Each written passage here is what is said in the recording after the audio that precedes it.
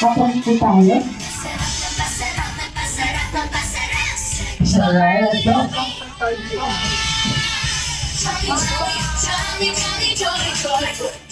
Alright, para sa ating second game or adult game.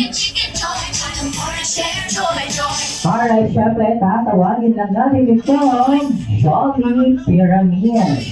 Para sa ating Jolly Pyramid, dito sa harapan, meron kayong makikita ng mga kapag. Ngayon, ang gagawin lang po natin, si first player, alright, si first player, tatakbo ng mabilis dito sa harapan at pumola kayo ng pyramid. Tatlo sa ilalim, dalawa sa gitna, isa sa ibabaw. Ngayon, madali po ba? Ha? Gutom na po ba? Ano na ba si Jowa? Yes! Madali po ba?